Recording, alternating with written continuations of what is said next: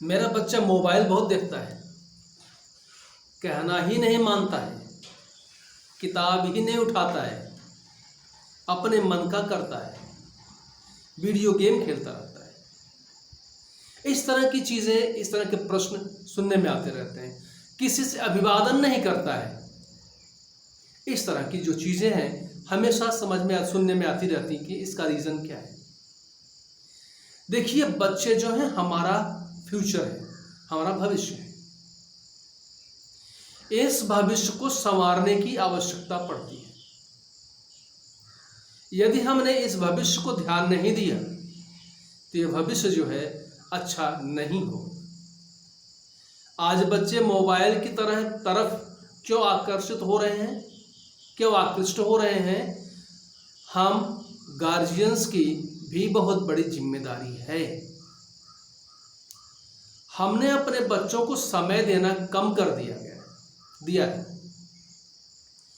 हमने आर्थिक कारणों से बाहर रहना पसंद किया, न्यूक्लियर फैमिली बना ली, छोटी छोटी स्मॉल फैमिली बना ली, जहाँ पर चाचा चाची दादा दादी सब रहते थे एक साथ में। वहाँ पर एक गजब सा अनुशासन होता था। हर बच्चे पर हर किसी की नज़र रहती थी।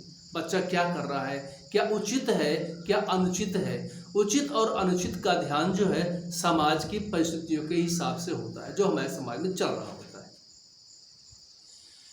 हम बच्चे के साथ नहीं बैठेंगे, उसके एटीट्यूड को नहीं समझेंगे, उसकी विचारधारा को, उसके दृष्टिकोण को नहीं समझेंगे, उसकी भावनाओं को नहीं समझेंगे, तो बच्चा क्या करेगा? कहीं न कहीं अपने दिमाग को प्रयोग करेगा।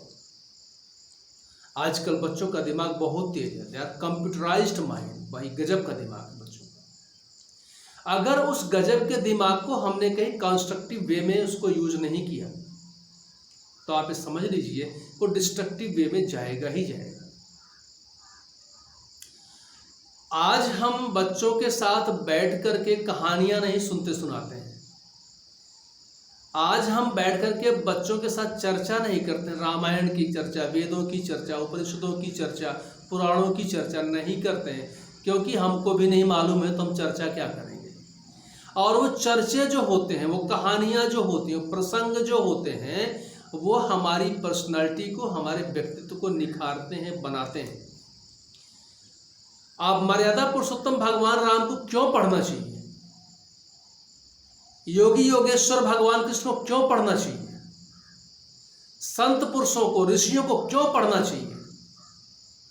विद्वानों को क्यों पढ़ना चाहिए? बड़े बड़े सिद्धहस्त लोगों को, जिन्होंने अलग अलग क्षेत्र में अपना नाम रोशन किया है, उनको क्यों पढ़ना चाहिए? उनसे हमको जीवन की एक सीख मिलती है। वो सीख को हमें अपने जीवन पर इंप्लीमेंट करना पड़ता है। मर्यादा पुरुषोत्तम का चरित्र आप देखेंगे तो सुबह उठ करके क्या करते हैं? प्रातः काल उठ कर रघुनाथा, मात पिता गुरु नावहि माथा। सुबह उठते ही वो परमात्मा जो समस्त सृष्टि का नियंता है, क्या करता है? माता पिता और गुरु के चरणों में प्रणाम करते हैं। वो हम मानवों को दिखाते हैं कि हम मानव भी अपने जीवन को किस तरह से जिए, जिससे उसमें अवसाद न हो, आपसी प्रेम हो, भाईचारा हो। ये चीज़ें हो सकता है कि आपको लगे कि इस तरह से नहीं है, या आप इसको हो सकता है कि अन्यथा किसी और वे में ले, किसी तरीके से। लेकिन आप समझ लीजिए कि बच्चों के डेवलपमेंट के लिए, बच्चों के आत्मीय विकास के लिए, बच्चों के संस्कारित विकास के लिए ये चीज़ें भी आवश्यक हैं। यदि हमने बच्चों को पढ़ा लिखा करके एक पैसा कमाने की मशीन ही बना दी, वो केवल पैसा कमा रहा है, तो पैसा कमाने की मशीन से जो है समाज को, परिवार को सुख नहीं मिलता है। आज के समय में पैसा बहुत कुछ है भैया, ये सब कुछ नहीं है। आज हमारे देश में वृद्धाश्रमों की संख्या बढ़ रही है। जानते हैं क्यों बढ़ रही है? हमने अपने बच्चों को सिखाया ही नहीं कि माँ बाप की भी सेवा करनी चाहिए। जो हर बच्चे के लिए धरती पर भगवान होता है, उसकी भी सेवा करनी चाहिए। हमने सीखा ही नहीं, हमने सिखाया भी नहीं। और इसका बहुत बड़ी जिम्मेदारी हमारी शिक्षा व्यवस्था को भी है। हमारी शिक्षा व्यवस्था में मैकाले पद्धति के अनुसार इन सब चीज़ों को हटा दिया गया है, जिससे हम एक पढ़े लिखे अंग्रेज बन जाएं, एक पढ़े लिखे संस्कारित सनातनी न बन पाए, एक इंसान न बन पाए। भैया आज आप जा रहे हैं कहीं पर कोई अनुचित हो रहा है। दिल्ली में अभी एक बच्चे की निर्मम हत्या कर दे किसी गंवार ने, किसी बहची ने। लोग आते जाते रहे दिल्ली में, किसी ने उसके खिलाफ आवाज नहीं उठाई, उसको मार नहीं सके, उसको हटा नहीं सके। एक व्यक्ति को इतने लोगों ने कुछ नहीं किया, चले गए। हमारा जमीर मर गया भाई साहब, हमारी आत्मा मर गई है, हमारे संस्कार मर गए हैं। कहीं अन्याय को देखो तो हथियार उठा लो, ऐसा भगवान श्री कृष्ण ने गीता में कहा है, हम भूल गए हैं। लक्ष्मण जी ने कहा कि प्रभु आप समुद्र की पूजा क्यों करेंगे 3 दिन तक, धनुष बाण उठाइए तुरंत रास्ता मिलेगा। प्रभु ने कहा नहीं, रुको, पहले अनुनय विनय तो कर ले, इससे वही करूंगा जो तुम चाहते हो लक्ष्मण, लेकिन थोड़ा धीरज रखो। 3 दिन के विनय के बाद भगवान ने नहीं कहा कि नहीं दे रहा रास्ता, चलो लौट चलते हैं। भगवान ने धनुष बाण उठाया, हथियार को उठाया। अन्याय के खिलाफ आपको हथियार उठाना पड़ेगा, अन्याय के खिलाफ हमको अपने बच्चों को भी खड़ा करना पड़ेगा। आज के गुरुओं से, आज के कथावाचकों से भी अनुरोध है, कोई ये ना बताएं राम के नाम में बिल्कुल आप रहिए, राम का नाम लीजिए, लेकिन अपने कर्तव्य से च्युत मत होइए। अगर धर्म युद्ध नहीं होता महाभारत का भगवान कृष्ण के नेतृत्व में, तो अधर्म का नाश होता। भगवान राम ने जब अस्त्र उठाया तो रावण का नाश हुआ, अधर्म का नाश हुआ।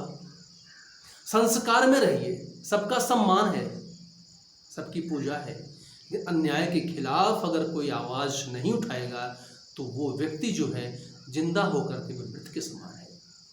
बच्चों में भाव भरिए, बच्चों में भावनाएं भरिए, बच्चों को समय दीजिए, उनके साथ रहिए, और हाँ, बच्चों के सामने उनके गुरुओं की आलोचना मत करिए। गुरु गोविंद दोऊ खड़े काके लागू पाए, बलिहारी गुरु आपने गोविंद दियो बताए। ये क्यों कहा गया है? गुरु की महिमा क्यों कही गई है? ये गुरु का बड़प्पन हो या ना हो अलग चीज है, लेकिन एक चीज इसमें निहित है, हम जिस चीज को जितना महत्वपूर्ण समझते हैं उनकी बातों को भी उतने महत्वपूर्ण तरीके से ग्रहण करते हैं। इसका ये कारण था। गुरु महान है, इसमें कोई दो राय नहीं है। गुरु की महानता को कहा गया है, ये कहने की बात नहीं, महसूस करने की बात है। लेकिन अगर हम उस गुरु को महत्वपूर्ण मानेंगे तभी उनकी बातों को मानेंगे। इसलिए सभी माताओं पिताओं से, सभी अभिभावकों से अनुरोध है कि अपने बच्चों को पूरा समय दें, उनको शास्त्रोक्त ज्ञान भी दें, घर में पढ़ाई के साथ साथ उनको एक इंसान बनने की शिक्षा भी दें, और ऐसे गुरुओं के संपर्क में रहें जो उनको एक अच्छी शिक्षा और संस्कार दे सकें, जिससे वे एक अच्छे इंसान बन सकें, जिससे आपका परिवार, हमारा समाज, हमारा देश एक अच्छा समाज, एक अच्छा देश बन सके, जहाँ पर हर व्यक्ति आसानी से रह सके, जी सके। इसकी आवश्यकता है, वसुधैव कुटुंबकम की आवश्यकता है।